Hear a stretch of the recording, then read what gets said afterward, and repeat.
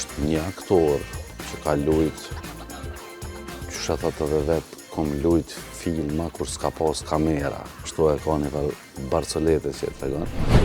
Mirë se gjeta dhe urime për emisionin dhe për këtë ekip të mrekullueshëm që e bajnë të mundshëm.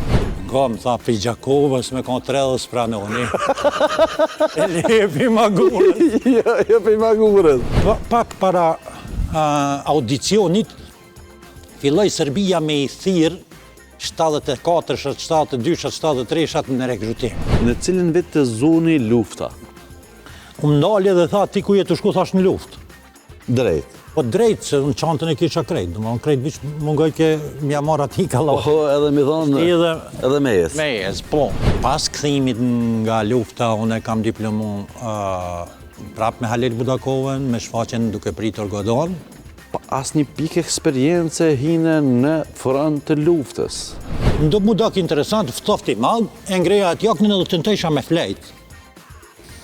Kur zgjova jetën në mëngjes, sa në ra me flejt aty, e pash që e jaknja ishte e përgjakur, edhe kishte copat granatës, edhe garant dikush aty i zhvra. Ka ra dëshmor, edhe gjatë intervenimit mjekësorja kanë hekat jaknën. Mora dhe e shkrujta dhe e lirova grunë tem në atë kohë.